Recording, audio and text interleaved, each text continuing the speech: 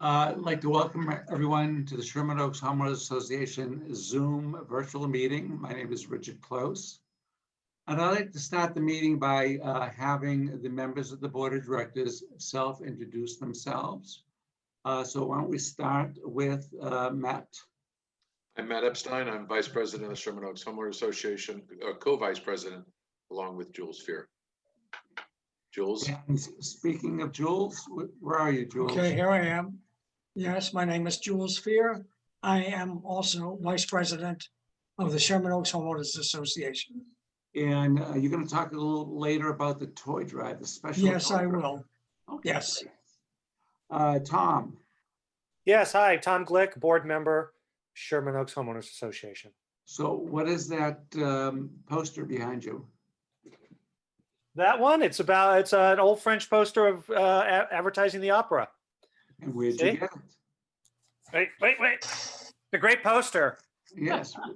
From Where did you get it? Where'd you buy it? My mom was an antique dealer for a long time, and she used to collect these posters. She liked France. She was a big France, so I got a bunch of these French posters. Okay, so every meeting will have a different poster, right? Yeah, I'll be in the Dijon one next. John? Hi, John Eisen, I'm treasurer of the association. And what qualifies you as being treasurer? No qualifications whatsoever. I see a bunch of plaques behind. I see a bunch of plaques behind you. I think you must be an attorney and therefore trustworthy, or maybe trustworthy. Yes, that's correct. Maria. Maria Calvin, I'm the chair for the legislative committee for SOHA. And what are you anticipating next year, which is only another 6 weeks away? I anticipate a lot of housing bills that we're all going to have to read carefully and fight the ones that are going to hurt us. Okay. Next is Marshall. Is Marshall here? No. Okay. Nancy. Nancy. Hi, I'm here. Hi, Richard. Hi, everybody. Welcome to SOHA Zoom meeting. My name is Nancy Segoyan. I am a board member. I'm also the membership chair. And I would like to encourage anyone who's here joining us for this meeting to join SOHA. We are nonprofit. We're member supported. We work hard to benefit our community, and that's all the residents, renters and homeowners alike, on housing issues, on major transit issues, on safety and beautification. So we work hard and we do it at the support of our community. So if you have questions, would like an application or more information, just email me at joinsoha@gmail.com. Thank you. Okay, and Nancy, about half the membership is getting billing for next year, first week in December. Okay. Will they have a choice on how much they contribute? They certainly will. And while the basic membership is $30, in order for SOHA to do really the best work on behalf of our community, we encourage all our members, if they're able, to join at the silver $50 level or the gold $100 level. And the reason that's so important is that it provides the extra resources that we need in order to work on your behalf, keep our businesses going, and really concentrate on all the important challenges that our community is facing. So we ask you to also let your neighbors know about SOHA and encourage them to join. Join SOHA@gmail.com. Thank you. Thank you. The next is Jay. Hi, I'm Jay Weitzler. I am secretary of the SOHA board and also serve on a couple of the committees. And I wanted to point out something that we unfortunately made a minor mistake in the newsletter earlier this week, talking about the lawsuit that the city attorney is going to, our guest speaker is going to talk about in some detail later. The lawsuit against the airport, against the FAA for the airplane noise from Burbank Airport. Our newsletter said the city suit was against Burbank and Van Nuys. And I just wanted to point out to you that if Van Nuys is a source of problems for you, the city suit is not directed to Van Nuys. They're only against Burbank. There's an organization, you've heard a lot about them, Save Our Skies, and you can go on their website, which is saveourskies.com, and do what you can if the Van Nuys Airport is a problem for you. So please follow that up. And you may have seen, or if you haven't, let me alert you to it. There's really a terrific article in today's Sherman Oaks Patch about the lawsuit. So I thank you for your attention tonight. We all look forward to City Attorney Fierce talking to us. Okay, thank you. Here. Next up is our senior lead officers. I'd like to first introduce Senior Lead Officer Jose Saldana. Plus, he has a new person to introduce to us. And Jose, if you can just briefly, for the people that are maybe new, explain what is a senior lead officer? What do you do? Why do we care? Thank you, Richard. Good evening, everybody. I'm Officer Saldana from the Senior Lead Officer for the southern portion of Sherman Oaks. We are basically the community organizers, try to set up community meetings, long-term issues like homeless, encampments, neighbor disputes. So we handle those kind of issues when patrol officers don't have the time to do.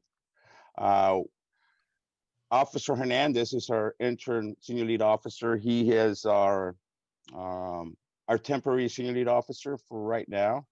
We're still looking for our opening to be replaced for the northern part of Sherman Oaks. So I'll have him and be introduced right now as Officer Hernandez.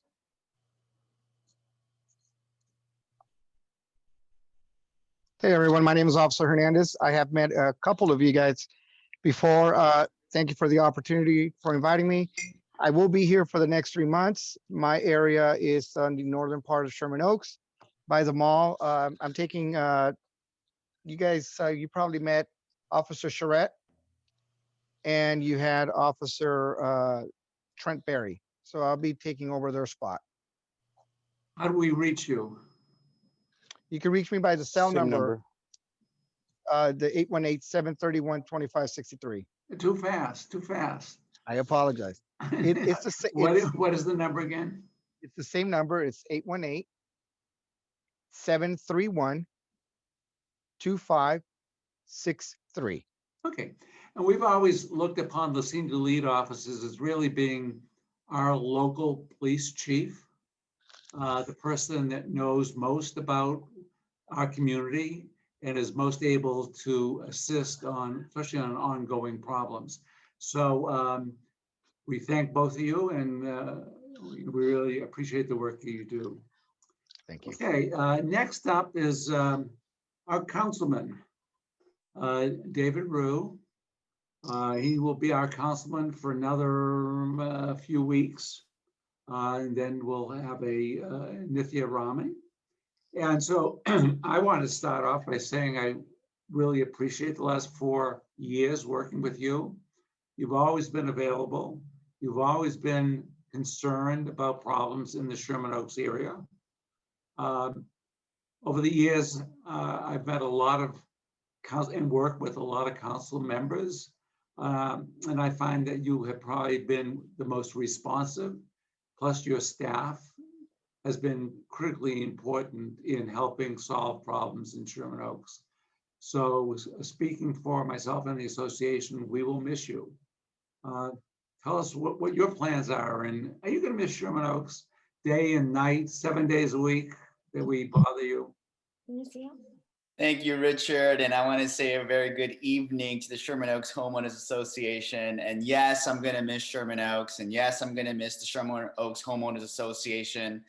But, you know, yes, I know we were all hoping for a different outcome, but this is not a farewell.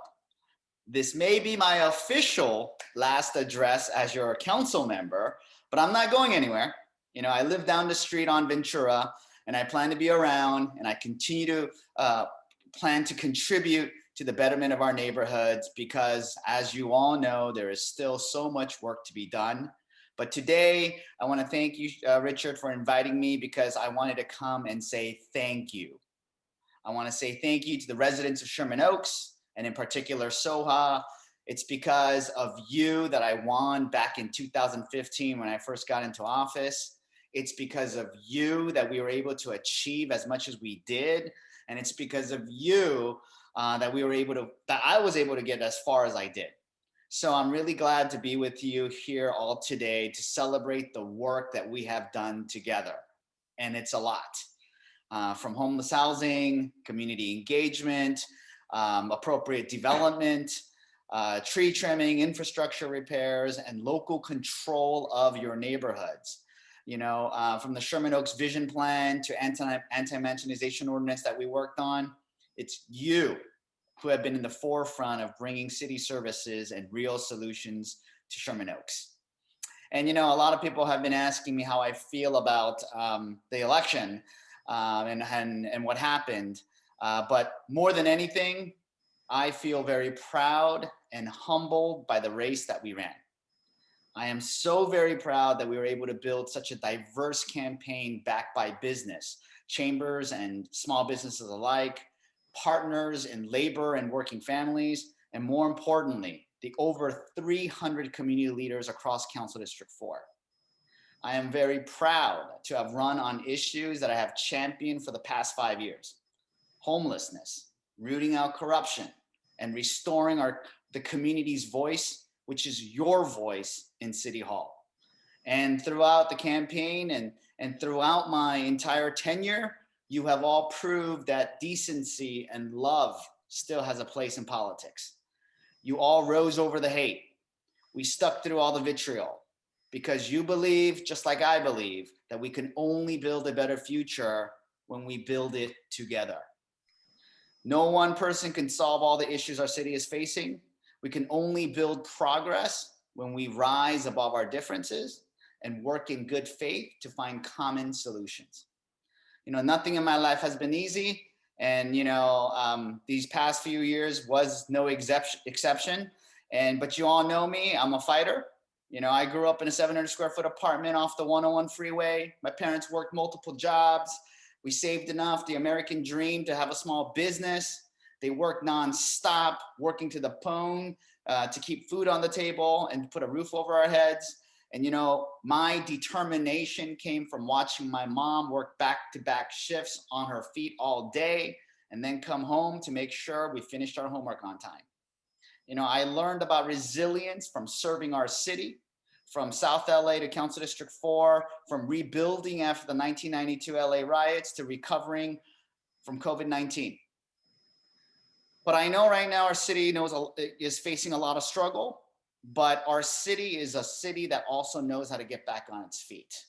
So ever since I've been in this council seat and to this very day, you know, I made sure to work with the neighborhoods, to listen to you, and work together on real solutions. Because like I said, only by coming together can we solve all the issues that we face. So I just want you to know that, no matter what happens next, I promise that I'll never stop serving my city and I'll never stop fighting for what's right. So, let's come together, and we need to do that now more than ever. And, you know, we got to make it a point to reach out to all sides, you know, to the right, to the left, and especially to our neighbors who you might not agree with, because at the end of the day, we are all neighbors and we all want the same things. So, but coming together, I know will not be easy, but this is the one thing that we must do, that we have to do if we want to move our city and our nation forward. So I want you to know whatever comes next. And actually, you know, part of it is going to be starting a family. I put everything on hold for a while. I got to take my wife on an official honeymoon. We could finally start having kids and try to have some normalcy in our lives. But I am so very proud to have called you all my friends. I am so very proud to have worked with you all. And I am so very proud of everything that we achieved together. and I am so very proud, and I will not stop fighting for a better tomorrow. So thank you to your board. Thank you, Richard, Matt, Tom, Jules, Maria, Bob. You know, once I start naming, now I'm in trouble because I'm going to forget someone's name, but thank you all. And I really appreciate everything that we did together. Okay, does anyone on the board have a comment? I do. I do. I do. I do. Why don't we start with David. Matt, and then Maria, and then Nancy? David, you know I'm going to miss you. And I think you were terrific. I'm just sorry that this happened to you. However, I know you'll come back strong as ever. And we'll stay in touch, right? Of course. And we could finally, I could take you on your birthday lunch from. I think you owe me for about 2 or 3 of them. Okay, Matt, David, it's been great working with you, and look forward to wherever you land, working with you on in the future. Maria? David, I want to thank you for the support you've always given communities on trying to keep local control, on trying to support density where it's appropriate and protecting our neighborhoods. You introduced resolutions and stood up for all of us, for all the communities, and we thank you for that. I also want to thank you for the Vision Committee. You've been very supportive of the work we have done. And we'll miss you, and we'll miss Renee because she was pretty terrific too. Thank you. Nancy? David, I cannot thank you enough. You have been terrific. You have supported our community, and it's meant a lot to SOHA. And we really appreciate the relationship we've had with you, what we were able to accomplish because of you. And I remember when you were brand new in your job, and Sherman Oaks had been left out of the ICO, the protections of that Studio City and Valley Village. So we were just besieged with, the really overdevelopment and mansionization to the harm of adjacent neighbors. And we wanted an ICO, we wanted the same protections. And I think it might have been the first motion you submitted to the council. And we got our ICO because you were able to go and champion our community. And I thank you so much for that. And then on the Sunkist project, I mean, you really stood by Sherman Oaks and SOHA, and you said, we want what the community wants. I want what the community wants for the development. And because of that, the developer totally redesigned it. And as a result, it's going to be so much, such a better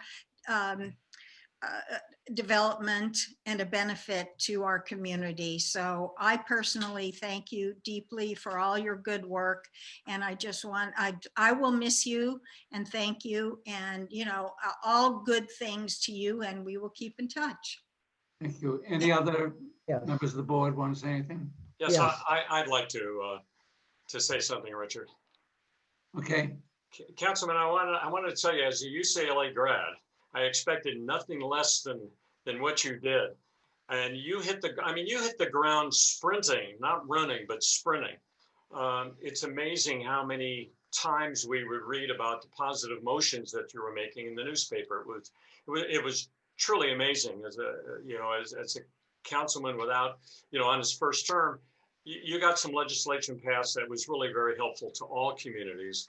And I particularly appreciated the staff that you built, and relative to Sherman Oaks, from Daniel to Brad. I mean, these people really, at your urging, no doubt, stayed in close contact to everybody here who had a problem that they wanted to have heard. We all know about what you tried to do for the homeless situation, and we all know how you helped us in the hillsides with preventing building at this particular fire danger time. You've done so much for the community. But the most important thing to me is how much you and your staff stayed in contact with people. Even if they never got the answers they wanted to hear, you did your best to help. So the bar has been set very, very high for Councilmember Rahman. Sure, she'll do her best to meet that bar, but it's quite high. And congratulations, and obviously, good luck at you. whatever turns up. Anyone else? Yeah, hi, Councilman.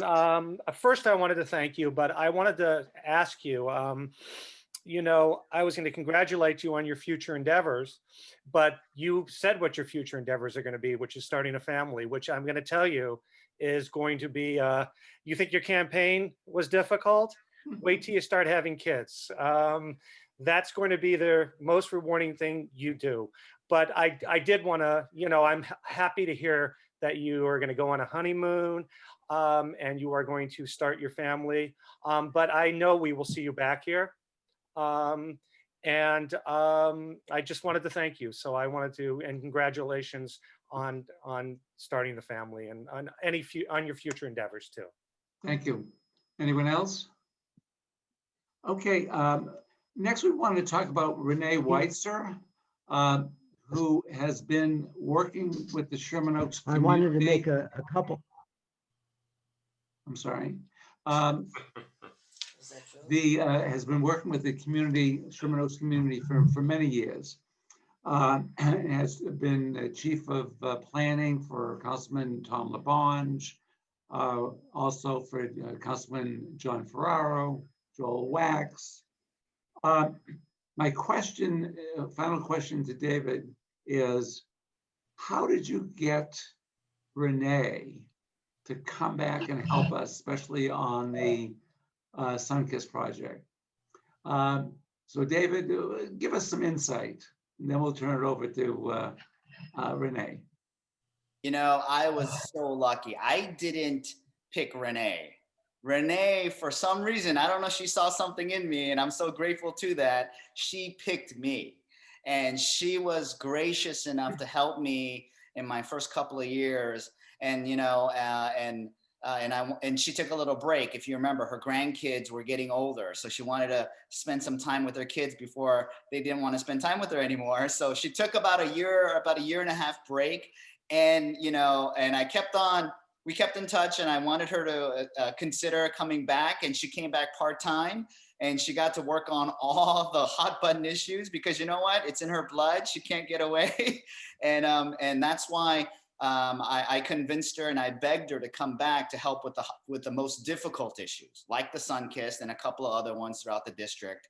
And so I was very fortunate to learn from Renee, to work with Renee, because as you know, the planning department says what she has forgotten is more than the entire planning department knows. So. Okay, Renee, we've worked with you since you were president of the Encino Property Owners Association, doing what we're doing tonight, working on community issues, and that was many years ago. So we wish you well. Tell us what you know, your thoughts are as you move to the next phase. Well, obviously, I'm very sad for my friend and my boss, David Rue. No question about that. I think he's worked extremely hard for the past 5 years and deserved to win, but life is what it is. You know, the activist bug bit me in the 1960s when someone knocked on my door and said, "We need help. Come help us fight this development." Since 1960, I met Richard in 1978, actually, when we first fought the racetrack battle. But what are the other things that... For those who don't know, in 1 minute or less, what's the racetrack battle? Mayor Bradley wanted to bring the Hollywood Park racetrack and put it in the Sepulveda Basin. He was going to give them 700 free acres of land. And we formed a coalition and fought that and won. But another very important project, which is less known, but I think really saved the San Fernando Valley, was a project that I worked on in the late 60s with Bea Lavery, who was the former chief of protocol for Mayor Bradley. She was my neighbor, and we hired Governor Pat Brown to fight scheduled airlines out of Van Nuys Airport. The project was called Save Our Valley. And we submitted 300,000 petitions. We hired Pat Brown. He won for us, and there will never be scheduled airlines out of Van Nuys Airport. So I think that really saved the valley, because it would have been much bigger than Burbank Airport ever is now. But anyhow, it's interesting. I've been very lucky in my life, in my 40 years that I worked for the city of Los Angeles. I worked for 4 fabulous council members: Joel Wax, John Ferraro, Tom LaBonge, and of course, David Rue. Very lucky, very grateful that I was able to do that. I'm gonna miss everyone. I've made a lot of good friends in Sherman Oaks. It was an absolute pleasure working with Nancy on Sunkist. I'll never forget Nancy. I know we're gonna have lunch. I just want to tell everybody that because I was an activist, I have activism in my blood, and I will say to you, fight for what you believe. Don't give up. Push, push, push. Fight for what you believe, because the outcome is always good. So I appreciate all of you. I hope to be back. I hope I won't disappear. I hope I'll come to your Sherman Oaks meetings, either in person or on Zoom, whichever way. And if anybody needs any help, everybody has my phone number now that we're working from home, and my email. Please give me a call. I'll be happy to help out. Okay, Thank you so much, Richard. Thank you. Nancy, briefly, you had a couple comments you want to make? Yes. Hi, Renee. Thank you so much. I mean, this is bittersweet because you have been so wonderful, and your expertise and you're just who you are as a person, what you bring to the table has been so appreciated and has made such a difference for our community. And I can say David was, lucky to be able to bring you back and to, have you on the team. And you made such a wonderful difference with Sunkist. You really brought the developer to the table. You said David wants what the community wants, and you made it happen. You brought IMT to the table, and as a result, the development is going to be terrific. You worked with the residents on Calhoun to make sure that they were protected. I mean, I can't say enough good things about you, Renee, and I will miss you. And you're just you've become a friend, and you did a wonderful job. And so we'll stay in touch, because you did a lot for our community. Thank you. Thank you. Thank you both. Thank you. Next is the toy drive. 22 years, the association has been sponsoring a toy drive. Jules has been involved in leading it for most of those 22 years. Jules, this year, how is it different? Jules, you have to unmute yourself.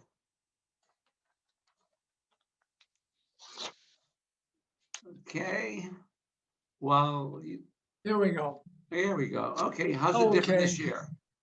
Well, as everybody knows, the pandemic has changed a lot, including the toy drive. So this year it's going to be a virtual toy drive. And we are hoping that everybody will be supporting us as they have in the past 21 years. We've had major success with the toy drive for the Department of Children and Family Services, for the children that they support under their care. And we are asking everybody to please support this by sending in checks. And that information will be provided in just a few minutes by my cohorts. But thank you Okay, very I'd much. like next to introduce Carla Gonzalez. She's with the Los Angeles County Department of Children and Family Services.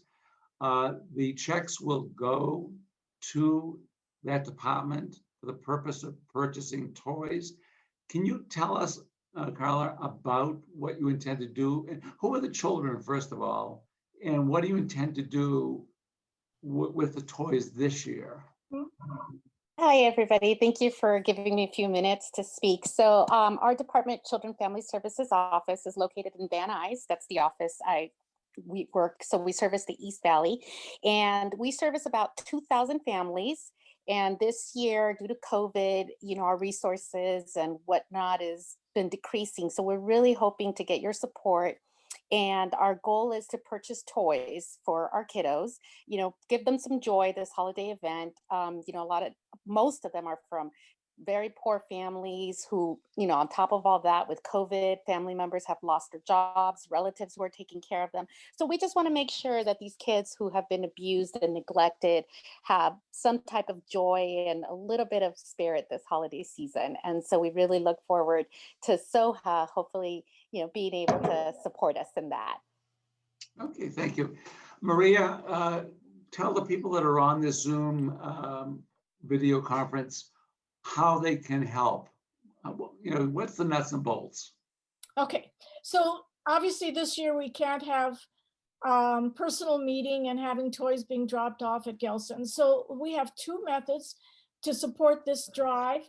One is by everybody doing it the old-fashioned way, writing a check, making that check out to Department of Children and Family Services, DCFS.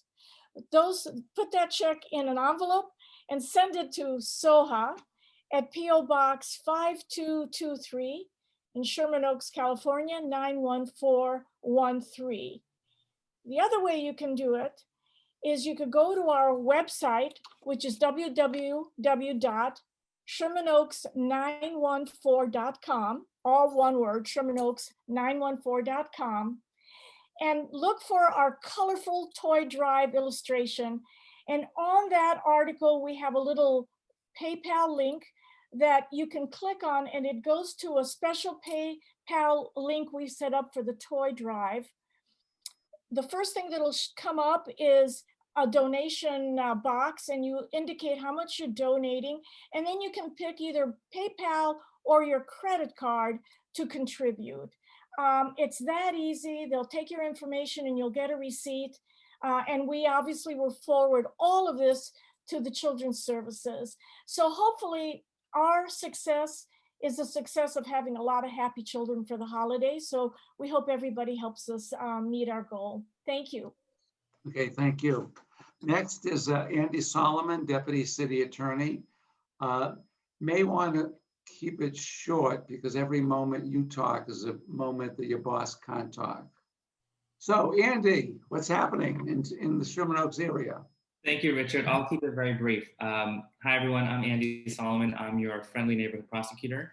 I deal with a lot of the chronic issues that aren't readily solved by the normal avenues of problem solving in the city.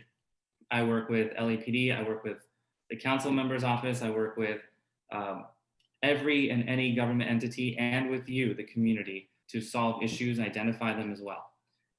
The best way to reach me, I'll just keep it super brief. The best way to reach me is my email address. It's Andy, A-N-D-Y, .Solomon, S-O-L-I-M-A-N, at lacity.org, O-R-G. Thank you very much. Okay, one question, just to make sure that everyone knows. Right. Am I correct that you are an attorney and you can take legal action and get them thrown in jail? Is that correct? Yes, but that's not my primary avenue. My primary directive is to solve problems. Sometimes that means I have to file a case. However, there are several programs that we have in the city that we use as tools to solve problems. So my main concern is to solve the issue. Sometimes that does require legal action. I am a prosecutor at heart, so I can file criminal cases, and I have, and I do. But my main goal is to solve problems and mend the community as quickly and as efficiently as possible. Thank you. Andy, real quick, I want to say I've had people in my community that have dealt with you on issues, especially with like the party houses, and you've been great for them. They are very appreciative of all the work that you do.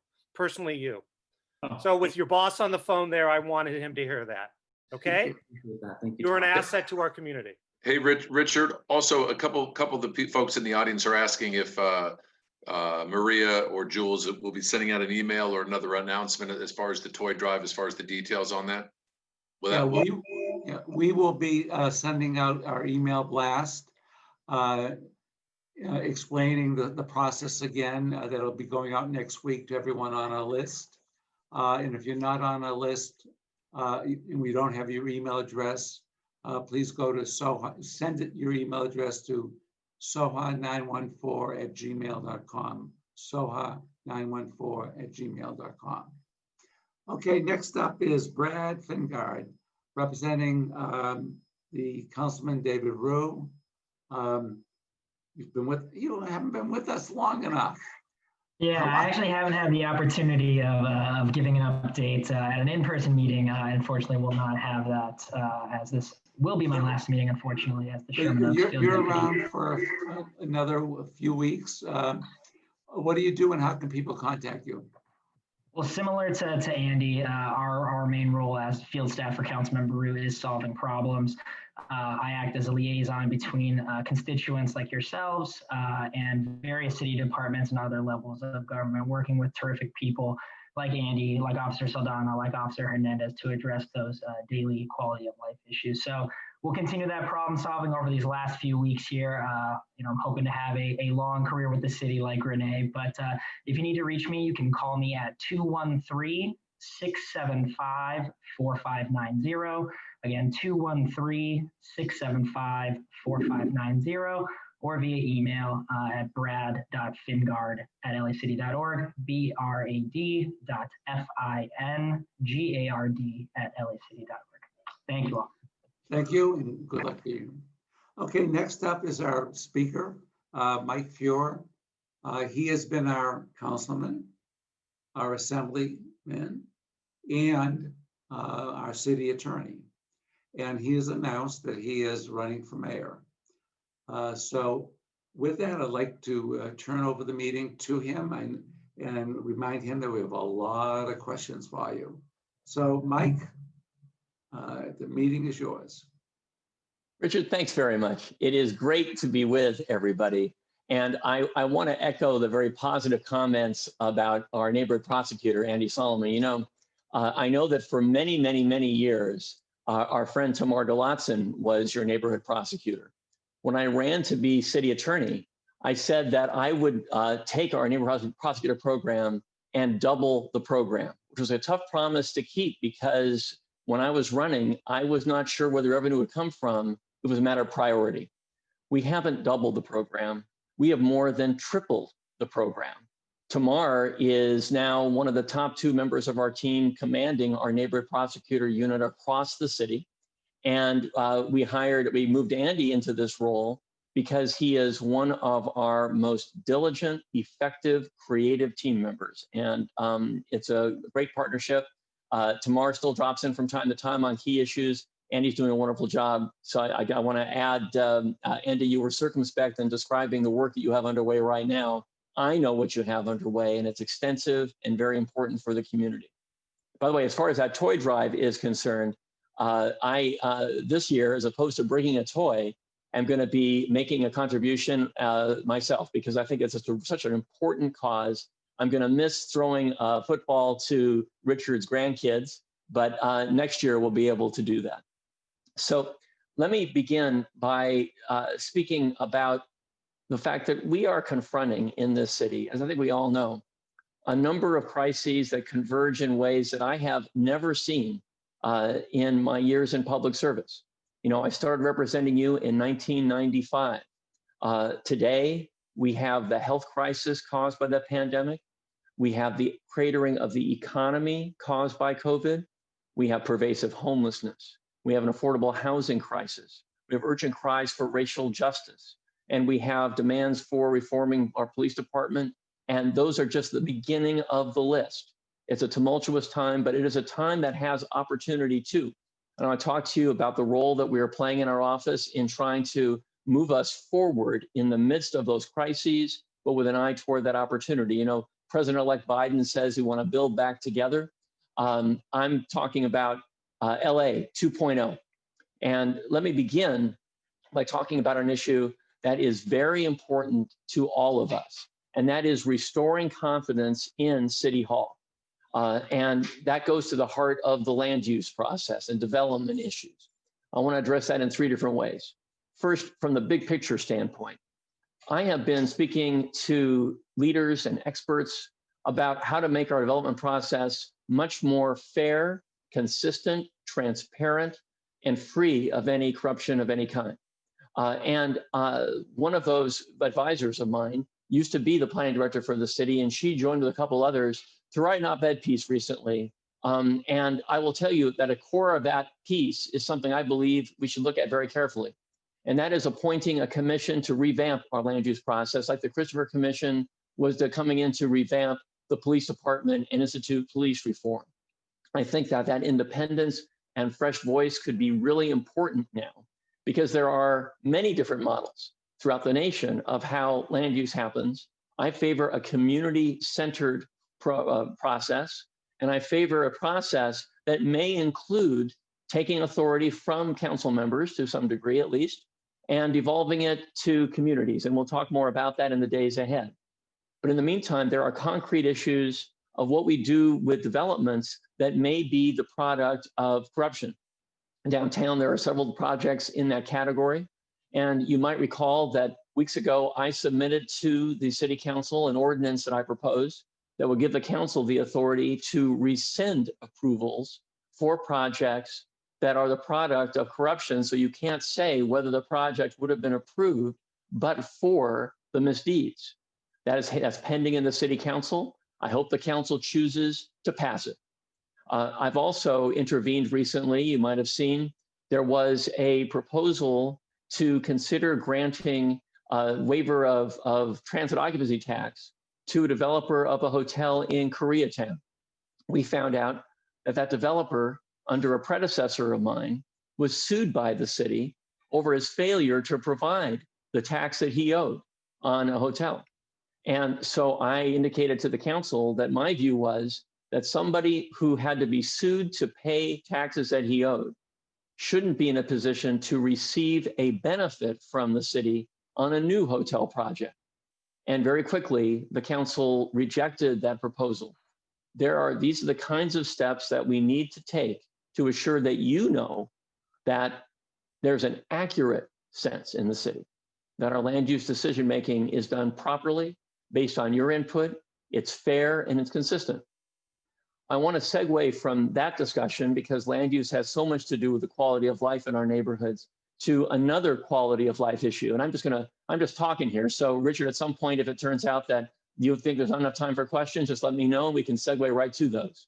But when it comes to neighborhood issues, Jay alluded earlier to the Burbank Airport issue. Let me give you an update on where we stand. Many of you know that we filed a petition in the Ninth Circuit to challenge the southern shift in the departure routes for Burbank Airport. We said it wasn't a proper environmental review. The FAA responded after stonewalling us, responded by moving in the Ninth Circuit to dismiss our case. And the news I have for you tonight is yesterday, the Ninth Circuit rejected the FAA's effort to dismiss our case. And our opening brief is due in a little less than a month. In the meantime, we have filed both a Freedom of Information Act request and a lawsuit under that act. And under the lawsuit, we're beginning to get documents that may prove helpful to our case. And you might have seen that we have weighed in on a pre-litigation basis with regard to the new terminal at Burbank Airport and what its future should be. I want to say something else about the airport issue, by the way, and that is concurrent with all this legal action. I've been closely in touch with Congressman Sherman over these issues. Previously, he has pointed out that perhaps legal action was the most effective way to improve the quality of life for our residents as far as the airport is concerned. But we are on the verge of having a new administration in Washington. And with that new administration comes not only a new transportation secretary, but under him or her, a new FAA administrator. There is a lot of cooperation we could be getting from the FAA that we haven't gotten so far. I'll be speaking with Congressman Sherman soon about what that collaboration should look like as the Biden administration takes hold. In the meantime, there's one more lawsuit, as Jay's referred to, that was just filed recently by Save Our Skies. It's a lawsuit that regards both Burbank Airport and Van Nuys Airport. We'll be looking at that lawsuit as well. So there's lots of activity underway. There's no specific milestone I can point to where we can say a decision will be made at this moment, but it could be the political process overtakes the legal one in terms of speed. I'll be working on both levels. let me talk about homelessness for a few minutes. Because when we talk about an LA 2.0, that's got to be a city where homelessness is not a pervasive disgrace throughout our community. I want to say I so appreciated a couple of meetings ago when I came to speak to you, as of course, we've done for years.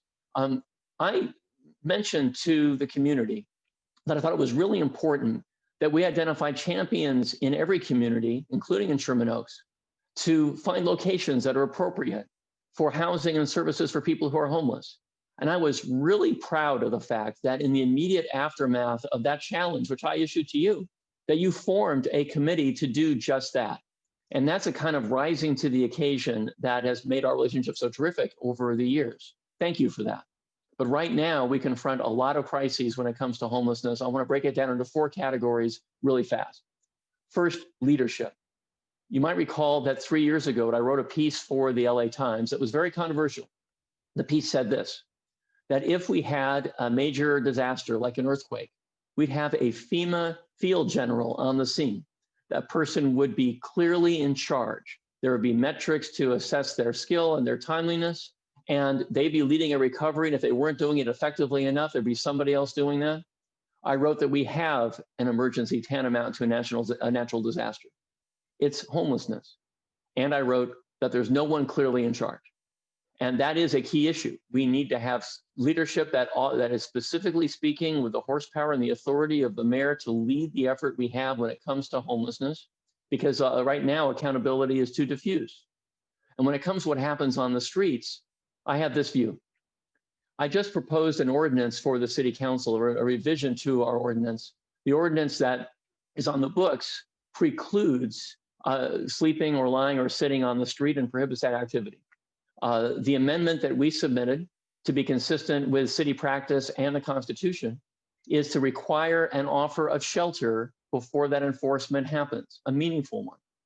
That's the kind of city I think we all want to be in, where we don't enforce first, we seek to offer housing and services first. But I also have this view, that when those meaningful offers of housing and shelter are provided, they should be accepted. And we need to have a city where we aspire to a right to housing and do everything we can to fill that aspiration. But at the same time, there have to be basic rules on our street, because the balance of issues leads us to this. Our streets and our sidewalks need to be safe and accessible for everyone, leading with humanity and compassion, but assuring that there are basic rules on our streets. And when it comes to the housing we need, you know, I have been a leader, as you're aware, in urging that we convert motels throughout our region. For years, I've been pushing for this, and I pushed successfully for a city ordinance to make those motels more easily to convert, so that we take that existing infrastructure, eliminate controversy about the siting and the cost associated with new structures, use that existing underused infrastructure to house homeless people and provide services to them. We need to put that program on steroids right now. And I've been having conversations with leaders about how to do that. And in the meantime, one more thing. Even though the gold standard for what we need to be pursuing when it comes to housing and services for homeless people is what's called permanent supportive housing, so that people have individual units and wraparound services. That is very expensive. You know, those units have been costed out at more than $500,000 each, and it's taking a while. Right now, we have a need to have interim housing solutions for people. And I think we should have goals in the city for a reduction in street homelessness over the course of the next year, a goal we can quantify and shoot forward. And that's going to require, in the post-COVID world that's going to be coming up in the next 6 or 7 months after the vaccine is more prevalent, that should lead us to congregate housing opportunities that are inexpensive, like they have in other jurisdictions. And you'll see me promoting that idea, to get large numbers of people quickly housed with admittedly temporary housing and services, but that beats the heck out of being on the curb. And having helped individual homeless people, including, as we discussed when I was last before you, Anne, who was sitting up with a blanket over her head a few houses away from me on my block. I know the challenges, not just from the standpoint of being a city official, but from being on the street. We can do better than this, and we will. And by the way, there's one more facet to this, and that's preventing homelessness in the first place. You might have seen that our office successfully defended the city's eviction moratorium against an effort to overturn it just last week. It's not because I think that eviction moratoria should last forever, because there are moments when evictions could be appropriate. But it's because right now, the eviction moratorium is fundamentally necessary as we contend with the aftermath of the ongoing crisis of COVID, when people don't have jobs. I contacted one of our leading members of Congress. Maxine Waters chairs the committee that oversees housing in Congress. I called her months ago. She was just negotiating with Mnuchin over the next iteration of federal relief that has yet to come. And I said to her, you know, neither landlord nor tenant is to blame for COVID, but we can't have a wave of homelessness where they're blameless. And I suggested that there be more than $100 billion available for immediate federal relief to help tenants pay their landlords so both are made whole and we stave off evictions while employment returns to the levels it needs to be. And that was, in fact, I don't suppose it was because of this call alone, but that was, in fact, included in the HEROES Act that still awaits validation in the US Senate. These are some of the things we need to be doing right now to grapple with homelessness. There are many more ideas about affordable housing that we'll discuss perhaps in questions and answers. I want to underscore, before leaving COVID, the importance of economic recovery for us and getting through this crisis. I was talking with our board members earlier, just a few days ago. I had a Zoom panel with restaurateurs around Los Angeles, including Nabil Halabi from Carnival on Woodman, which is a wonderful place, talking about in very practical terms what the city should be doing to be most responsive to our restaurants and our food service operators who have to survive this period. That's what makes LA an interesting and vital place, is this eclectic array of small businesses we have. That distinguishes us from being in a suburb someplace else. That makes LA dynamic. We need those businesses to survive. And you will see continued push from me in my role as city attorney and beyond, focusing on our small businesses with concrete ideas about what they need to recover. Ideas like those that emerged from this conversation we just had. I heard about confusing rules and regulations. I heard about a lack of a point person in City Hall. I heard about a lack of understanding about the challenges that restaurateurs face. I heard about the need that all of us know to balance our urgent healthcare needs and the need to keep public health at the forefront with the assurance that our restaurateurs and others can survive. And by the way, on economic recovery, with President-elect Biden coming in, there's a huge opportunity for the city. That's why I mentioned one of many opportunities that are on the table. You know, there is, I think, a real chance for bipartisan agreement that we need a big infrastructure bill to put people to work and to deal with deferred maintenance of infrastructure around the nation. We in Los Angeles could and should be in the forefront of green jobs and making Los Angeles a center, particularly for solar energy.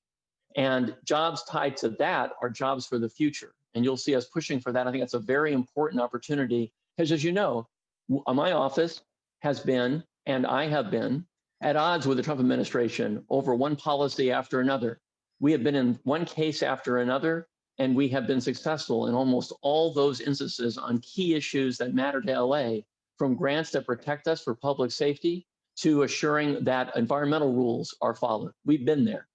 I'm tired of the federal government being our adversary. They should be our colleagues, and I'm looking forward to that. Mike, I want to. Can we take questions in a second? Sure. Let me just conclude before we do questions. Let me just conclude with this point. You know, I began talking about land use issues and our neighborhoods. We need, as a city, to be a neighborhood-focused place. I mentioned the expansion of our neighborhood prosecutor program. We have a marvelous neighborhood justice program that puts us in the forefront of criminal justice reform by engaging volunteers from Sherman Oaks and elsewhere in deciding what should happen to offenders who commit a wrong in the neighborhood, helping make good for the people for the wrong that was done and turning their lives around. And we've reduced recidivism, repeat offenses to almost zero, just about 5%. Let's keep looking as a team for those neighborhood-centered things we can do, even as we recover as a city. So having said that, Richard and Matt, I'm ready for questions. Let's do it. Okay, before I turn it over to Matt, an announcement. The newsletter indicates that there'll be no December meeting. In fact, we are going to have a meeting in December, a Zoom meeting, third Wednesday of the month, 7:15. And the speaker will be our new council member, Nithya Raman.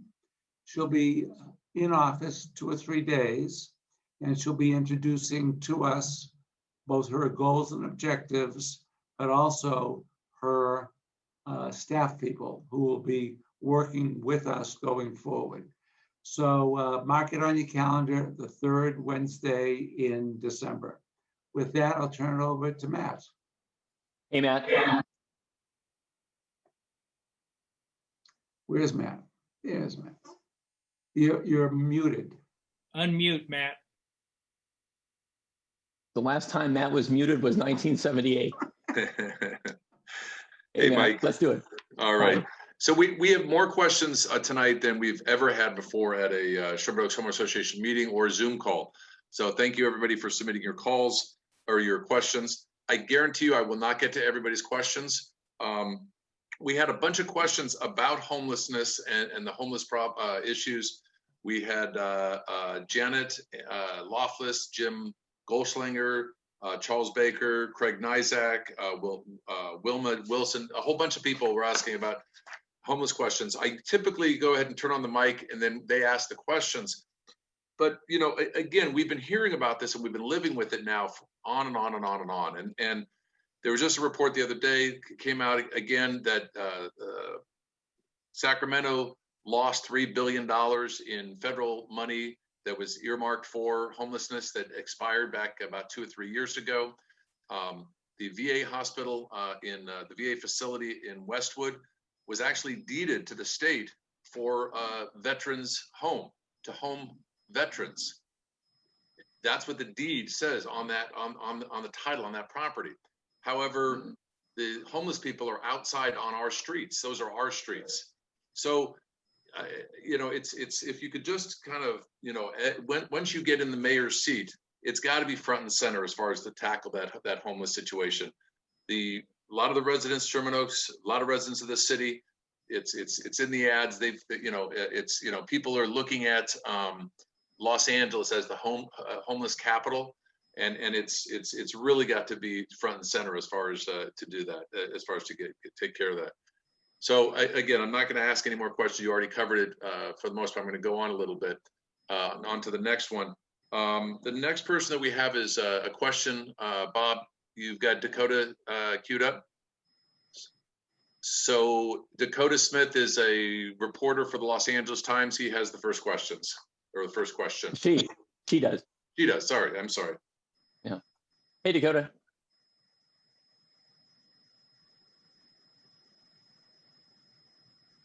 Okay. Do you want me to ask the question, Bob? Is Dakota queued up? You hear me? Yeah, we can hear you now. Oh, Hey, Dakota. Hi, Mike. How are you? Hi, fine. What can I do for you? Sorry, I sent in my question thinking someone else would ask it, but thank you for taking it. I wanted to know if you've talked to Mayor Eric Garcetti and if he's told you whether he plans to leave now or in 2022, or, you know, what his plans are. That'll obviously influence the mayor's race and when the election is held. Sure. So the answer, Dakota, is no, I haven't talked to the mayor about what his plans might be. I see the same speculation that you see, and we're all looking forward to knowing what President-elect Biden does with regard to his appointees to the cabinet. But I can't make news tonight because I don't know either. Okay, thank you so much.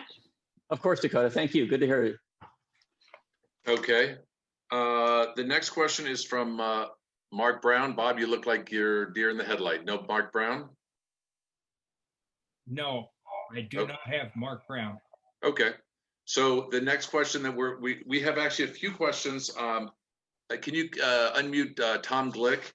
We have a few questions from folks about some of the stuff that's going on at the DWP, but we're going to have Tom, who's one of our board members, ask the question. Sure. Hey, Tom. Tom, you want to? There you go. You know, Matt, I don't remember exactly what I asked, but if you could just kind of summarize, I know in the paper, the city settled, or the city was fined by a judge on the DWP billing issue with the consultant that was hired 5 years ago. Could you speak to it? And more specifically, I think my question was, ratepayers or taxpayers, are we the ones that are going to bear the cost of the litigation but just speak to it. That's kind of the Sure. my question. Yeah, sorry. Sure, I'm happy to. So there are a couple different issues that people should be aware of. First, there's an underlying question. The city was sued years ago over the way that the Water and Power Department rolled out its billing system. And that lawsuit was settled with ratepayers who filed timely claims getting 100 cents on the dollar for any overcharging that happened. After that lawsuit was settled, some revelations emerged. And I'll tell you what happened. So after the lawsuit was settled, there was a parallel case where the city sued PricewaterhouseCoopers, which was the vendor, the consultant that had worked on the billing system. And in the course of that litigation, our office, hired outside lawyers to handle that case. And what emerged were some questions that by a judge over whether there were some issues with those outside lawyers. And the judge actually said in court that he thought that I should have an internal review of what was going on. I started to do that.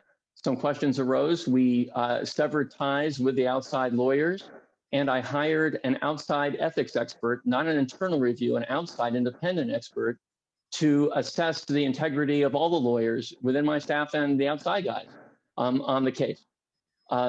Shortly after that, our office found out some more information. We found some emails, and those emails revealed that the outside lawyers had been involved with the lawyers who sued the city in the billing cases and appeared to have helped them file that lawsuit. So that led to more questions. The outside independent ethics expert produced a report that was filed with court. The report said that there was no credible evidence that attorneys under my charge at the city attorney's office staff had engaged in anything that was not proper. But her report, and it's on my website, her report speaks for itself regarding the activities of others. So all that is part of what was going on. And for me, in addition to the ethics expert filing her report, I came out with a series of 3 steps that I have implemented to prevent the likelihood of anything like this happening again. We didn't know that those emails existed and that lawsuit work had been underway until years afterwards. But as a leader in the office, it happened while I was the city attorney. And I think you want a leader to confront and even an unexpected crisis this way, openly and transparently. Now, the last point you've mentioned is, so on the billing lawsuit, the DWP has been reimbursing ratepayers. The money in that settlement it comes from ratepayers only in this sense. Water and Power shouldn't have gotten that money from ratepayers in the first place. So technically that money, and it's, I think like $60-70 million, is going back to ratepayers from which it came, since it shouldn't have been in the city's hands in the first place. In addition, you mentioned that recently a judge issued an order saying that, again, going back to that litigation with the outside lawyers I mentioned before, the order said that the city should pay a penalty for the way the discovery process in that case was handled. We're reviewing that right now as to whether we should, what the next step should be regarding that, including possibly appealing that order. So that's where we are. Okay. My focus on this has been, as it's been since I've represented you and starting in 1995, to look at issues head on, not to flinch from them, to confront a problem, to do it transparently, and most importantly, always with integrity, because that's all we have. Thanks for the question. Thank you, Mike. Thanks for the short answer. Yeah, I know. Matt, the lightning round will come soon. No, so I just say that so the audience doesn't get mad at me for not answering all their questions, because I'll answer very. pithy answers from now on. Go do it. All right. So the next person that we've got on the mic, hopefully you're unmuted, is Tom Materna. I hope I pronounced your last name correctly. He's actually got two questions. I'm going to have you ask both the questions that you submitted, only because I don't know who this guy is. However, he asked two questions that a lot of people ask the same question. So since his mic's going to be open, you might as well do it. So why don't you do the subway first, and then the defunding of the police second. Tom, you there? Let's do it. Yeah, I'm here, but I don't have my questions up. I didn't know we were doing this. Do you want? Well, let me ask the questions for you, and then you can add to it if you want. The first question is: will you support a straight subway connecting the new Valley Rail on Van Nuys or Sepulveda to LAX with no above ground trains in Sherman Oaks? Okay. Yeah, the short answer is I don't know yet. I haven't looked at it carefully yet. As you know, when I was in Sacramento, I wrote the legislation that authorized Measure R to go to the ballot. That gave us $35 billion and worked to get that to pass. And now Measure M has complemented that. I haven't, though, been at the stage where I've been analyzing which option makes sense, largely because my role as city attorney doesn't put me making me a decision maker in that process. But but as we move forward, I will be analyzing that. I know that many in the community strongly oppose anything that's above ground. I know that for sure, but I have not had a chance to analyze this with the thoroughness that I want to yet. Okay. And then, did I ask that well, Tom? That was great. Okay, good. Here's your next question. Even better this time, Matt. Yeah. Okay, I'll do better. Maybe I should just open up someone else's mic, Tom, since you're not asking the questions. How will you reduce the increasing crime while the budgets are cut with defunding the police? So this is a really, by the way, I do want us to focus tonight, if we could, on my role as city attorney, because questions like the subway in this segue into the campaign that I'll be running in. But today I'm here in my role as city attorney, not as a candidate, but I do want to, I'll answer the question to the best of my ability. So first, I want to say I don't support defunding the police. I support thinking about public safety in a comprehensive way. I support severing from police some roles that police officers for years have told me they don't feel comfortable playing, including being the tip of the spear when mental health crises are on the street. And I support thinking about every community through the lens of what we all want, which is good health care and good jobs and good education and good recreational opportunities and decent food and all the things that do contribute to making a community safe. But I don't support defunding police. In fact, we have this increase in an increase in shootings right now in South Los Angeles. And if that increase should be a sign to all of us, and let me put it this way, it is completely unacceptable to have people be shot at the rate that's been happening in South Los Angeles. And one, I think, glimmer of hope we have is the department has this community safety partnership that's emerged from models in South LA, where you embed officers in a community for 5 years at a time so they can earn the trust of the neighborhood and that they convey respect to the neighborhood. That helps make communities safer. Chief Moore has elevated that to make it a citywide push.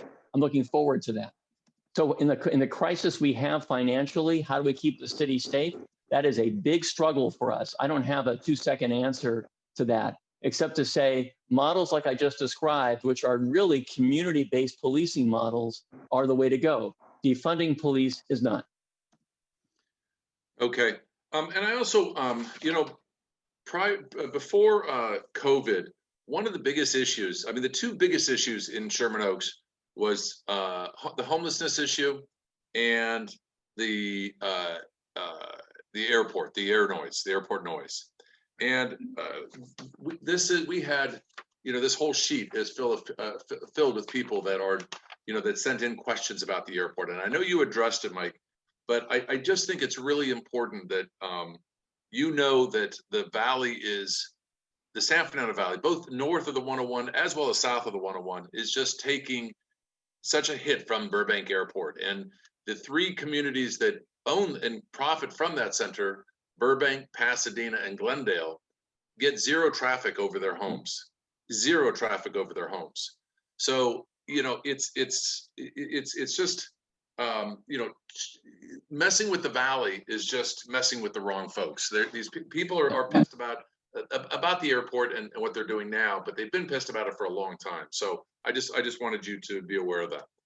Yeah, and by the way, just really, Matt, really fast, I just want to say, this is a very resource intensive effort for us. And the reason we're doing it is we get it. Remember, I've been in people's homes. I've been in schools and so forth, experiencing the noise myself. This can't be an abstraction. You know, when you want to do something in government, you better really see it from the standpoint of the people you represent. So Matt, I completely agree with you. And that's why we're working so hard.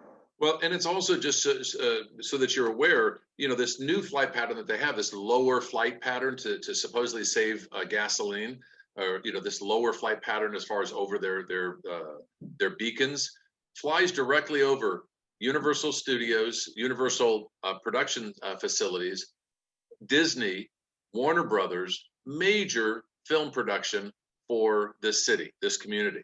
So we don't, you know, that the lower it is, the harder it's going to be to keep filming in Los Angeles. So it's or in this area, period.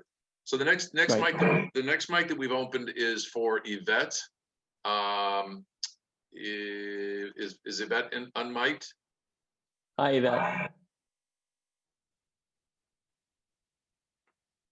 Yes, she should be. Okay, here I am. I'm unmuted. It took a minute for the button to show up.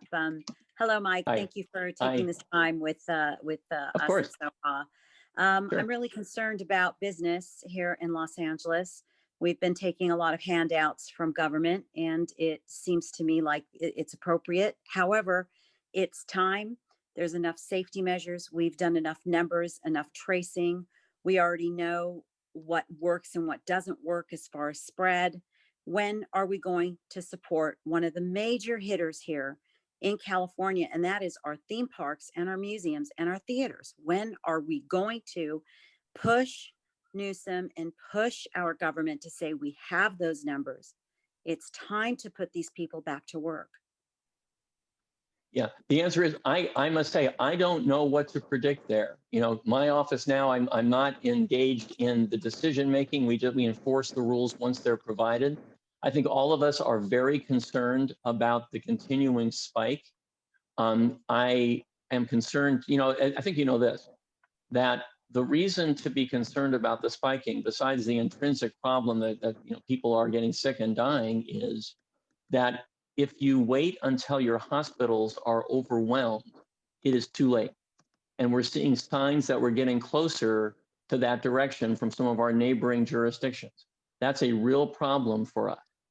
I am, as I mentioned in my opening, I am extremely attuned from specific conversations I've had with business owners to the economic consequences of COVID and of not being fully open. I really get it. And it's been devastating to the city, and it's devastating to the economy and to city government. But I do want to say that at this moment, COVID is moving in the wrong direction.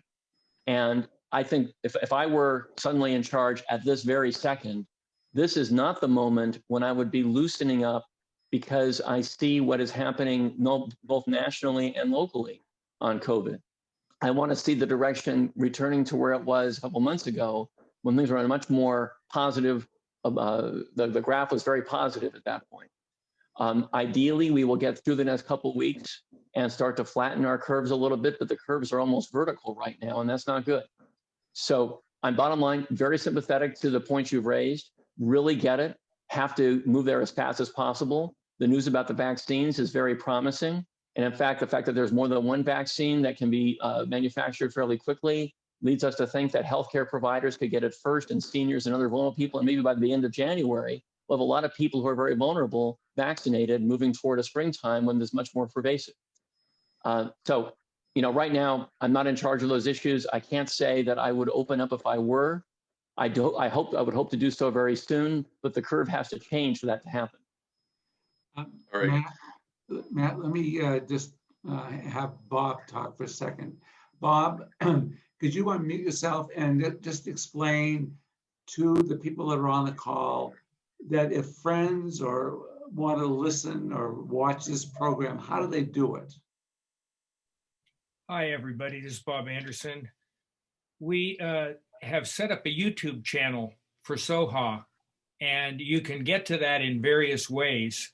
And we post the videos from the meetings on there quite quickly, it'll be there by Friday morning. You sign into youtube.com, that's youtube.com. You can just search for SOHA Community Meeting, and you'll see all the meetings will pop up. We also have a channel.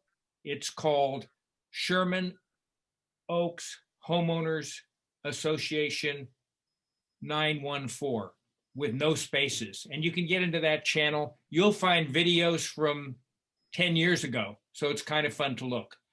But just go on there and you're set. Hey, Bob. Wait a minute, we'll be able to see Mike Feuer from 10 years ago, 15 years ago. Yeah, I watched him. He looked a little bit younger, not much though. Yeah, thank you, Bob. That was very kind of you. Bigger hair in those days. But anyone that wants to watch it, or more importantly, of course, give it the information to their friends. Okay, back to Matt. Okay, Bob, why don't you keep your mic unmuted, and why don't you ask the question that you've got, because I know that's going to be a fast answer for Mike. Hi, Mike.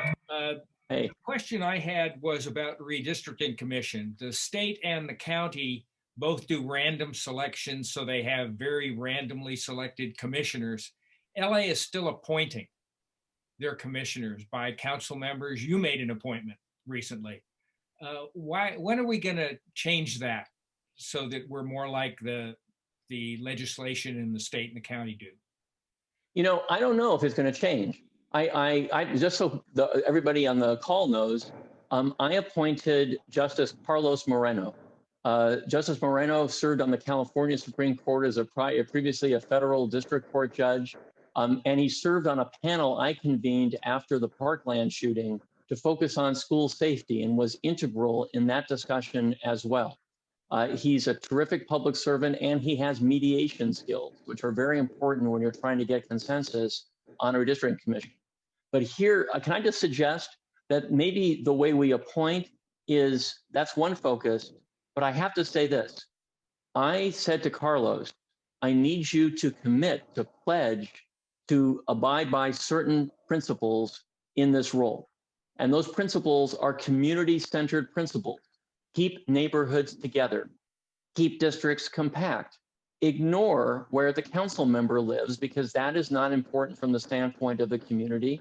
The community is being redistricted as a unit, taking families' interest into account, and those should be first. So I have to say, I hope that the process here takes on those attributes where we're talking about adhering to the Voting Rights Act, making districts small and compact, keeping communities of interest together, and taking into account what the community needs as opposed to the needs of any given elected official. If we had those principles in place, it would matter less who's appointed. Okay, so Maria's actually got two questions, and part of her first question about the community plan updates was Mark's question, or kind of like Mark Brown's question. So hopefully it's covered in that. And then she's got a second question that a few other board members had as well, having to do with trash for cash. So Maria. Okay. Okay. Well, Hi, Maria. Hi, Mike. On the Trash for Cash, recently San Jose started a pilot program called Trash for Cash that pays homeless people for trash they collect with cash gift cards.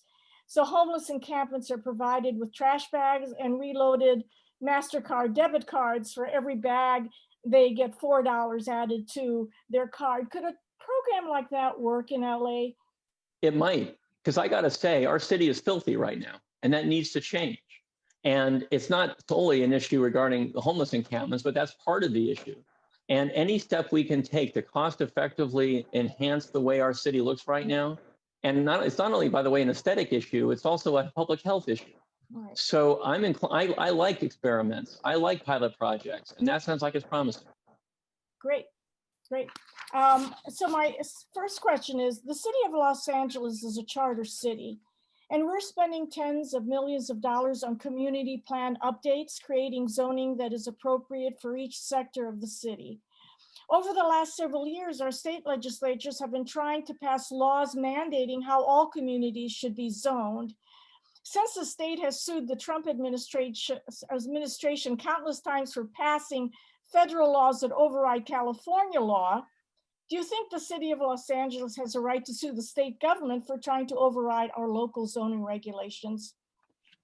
Hi, it's a good question. I mean, so as you know, so far, those efforts have not succeeded. Right. Certainly no litigation would be, the legal term is right now. But let me say this, I think that we need to be, first of all, listening carefully to our neighborhoods who've spoken loudly and clearly about some of the proposals from Sacramento, but also taking other steps.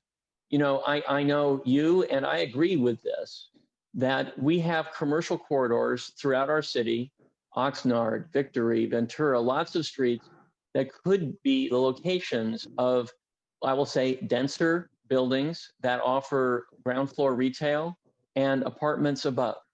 And we have not taken full advantage of those corridors. I think that's the first cut of what we should be doing in the city. So the short answer is, I don't see a lawsuit against the state right now. We'll see what the state does in months to come. It is possible for state rules to override local rules. But before we get to that point, we should be trying to find common ground and consensus on assuring that we do create more housing. And by the way, we need housing for people who are very low income and homeless. We also need housing to have a middle class here in our city. We have talked in this association about my view that Los Angeles has been, over the time I've been representing LA in various contexts, we've been losing a middle class. We cannot be just a city of rich and poor people. We need our firefighters and our teachers. And frankly, I want my kids to be able to afford to live here. We all want that. None of us wants to have our kids say to us, I want to be near you guys, but I can't afford it anymore. So let's be trying to find those common ground solutions and urgently put them in place. That's my view. Okay. We have time for one more question. Okay, the next question is going to come from Jay Weitzler. Thank you, Richard. Jay Weitzler is going to ask the next question. And just so you folks on this call know, we had so many calls or so many questions. You folks that asked the questions from anonymous, I get to those last, only because I don't like to ask the questions myself. I like it to be coming from the audience itself. That's kind of what the board tasked me with doing. So there's some great questions, and I would love to have asked some of these to Mike. But anyway, just so you know, in the future, put your name down, and we'll open up your mic, and you'll be able to ask the question yourself. So Jay, you have a long question, so hopefully you can summarize it. I won't be as long as Mike's answer. Mike, I'm going to preface it by saying this question was really asked in light of your mayoralty campaign, however that word's pronounced. But you can answer it also from a city attorney standpoint, because it's kind of technical. About 30%, it seems like about 30% of the city's budget is taken up by the police and, oh golly, there was 13, something else, but it doesn't really matter. So my question is, the city is in terrible need of infrastructure development, and you did touch upon that earlier. Where are you going to find, or where can, from city attorney's standpoint, where can the city find additional funds to repair its infrastructure and to create new bridges and new roads and all the things that we need? Where can the money come from? Well, a couple thoughts. First of all, I think at this moment, with huge budget cuts, like, my office is taking, just in personnel is almost my entire budget. I have to reduce our personnel by 18.6% in this fiscal year and more next. It's going to be closer to a 25% cut over 2 years in an office where we have much more work to do, more cases pending, not less. So that budget issue is huge. When it comes to the issue you're talking about, let me say a couple quick things. First of all, I have put in place, for the first time in our office, a high-level lawyer from the private sector who came in, and she's in charge of risk management.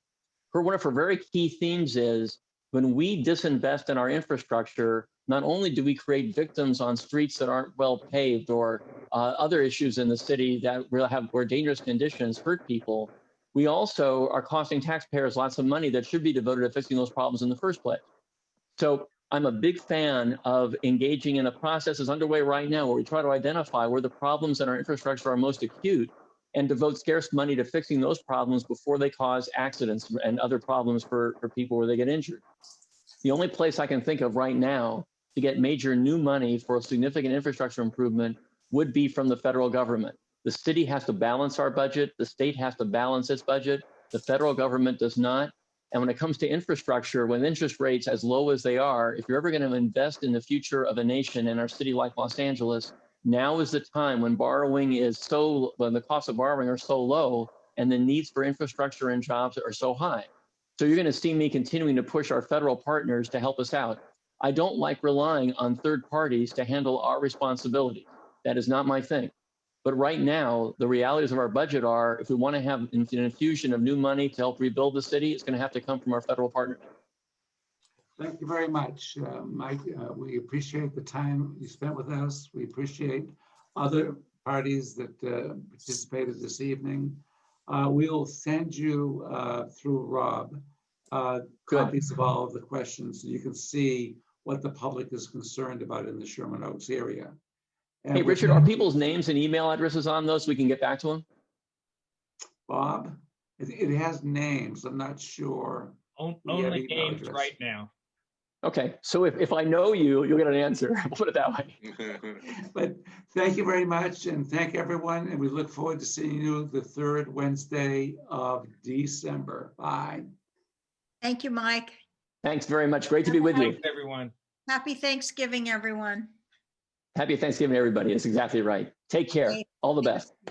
Bye-bye. Bye.